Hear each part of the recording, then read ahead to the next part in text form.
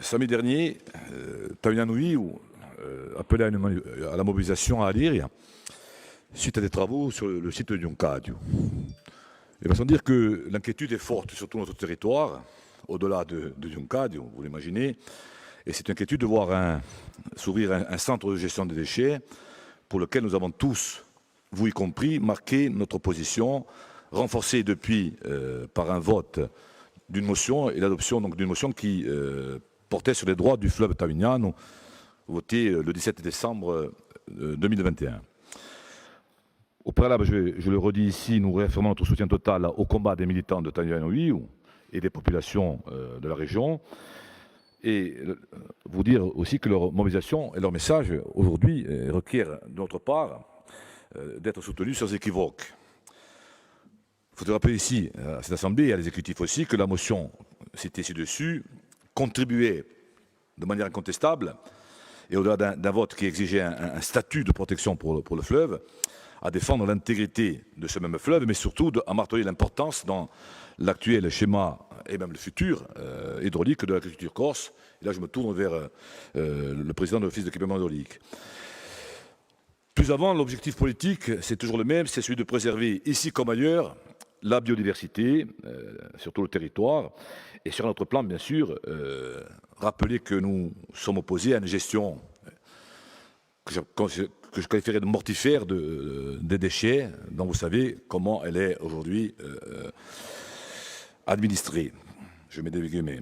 En défendant ce fleuve majeur, qui balise quand même une route vertueuse à bien des égards, nous appelons ici, comme ailleurs, je le répète, à l'anticipation face aux effets néfastes, y compris des évolutions climatiques.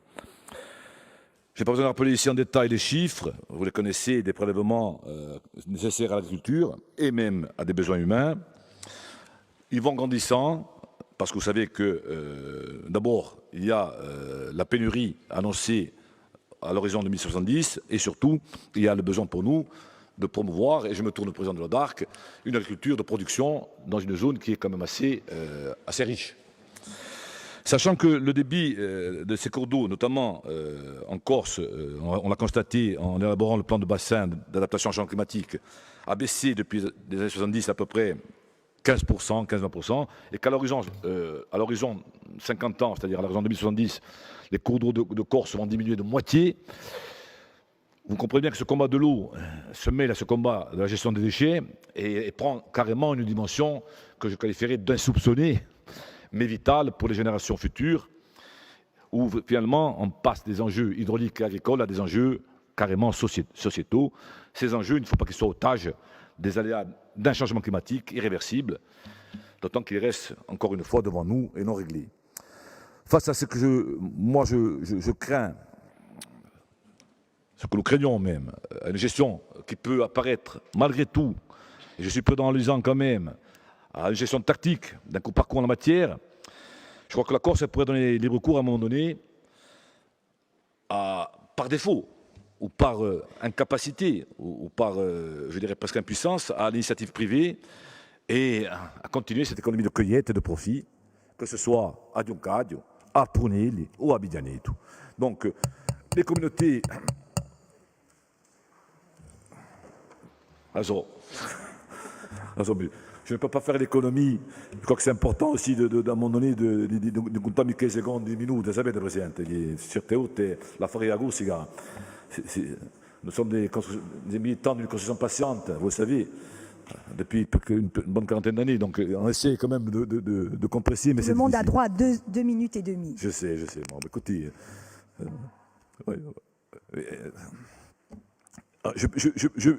Je vais poser la question. Allez. Simplement deux choses avant de poser ma question. Je crois que c'est important de vous dire que ce qui menace Yoncadio aujourd'hui menace ou menacera demain d'autres régions de Corse, vous le savez. Donc ce que vous avez évoqué tout à l'heure doit réellement être accompagné à un moment donné d'actes forts. Deuxièmement, je dirais aussi que Et je reviens aussi à Poney. On est en train de nous remettre 1 million de tonnes dans la vue, à 2 km de mon domicile. Donc ce n'est pas que Poney qui est impacté, c'est Guégenach, c'est le Furmob, c'est toute la région. Hein. Donc là, je passe très vite. Simplement vous dire que même si la sensibilisation, la pédagogie font vivre à un moment donné notre discours, les fermenticibles ont la vie dure, vous le savez, et la nappe phréatique est toujours située géographiquement au-dessous de ce site. Je parle pour Poney. Donc de Yuncada Poney et de Poney-Abidjané, d'où le silence pour moi aujourd'hui de certains, en tous les cas ceux qui sont sur le site, notamment le privé, laisse prospérer un certain nombre d'idées qui, pour nous, sont mortifères. Ma question donc, Monsieur le Président, finalement c'est 2 questions, même pas qu'une, et qu'on se pose tous. D'abord, quels sont les signes probants? Vous en avez évoqué tout à l'heure quelques-uns, de l'infection que vous avez promise. Quelle est la part du Oudi? Quelle est la part du Ouva? Parce que pour votre part, vous le savez, quels que soient les éléments que vous nous fournirez, qui seront, espérons-le, enfin rassurants, dans votre réponse, nous restons vigilants. Je répète souvent, c'est itératif comme verbe et comme adjectif, déterminé, mobilisé, face notamment à ce projet, et peut-être demain au projet de Poney, que nous ne pouvons pas accepter en la matière et pour lequel nous affirmons encore une fois notre position totale. Merci.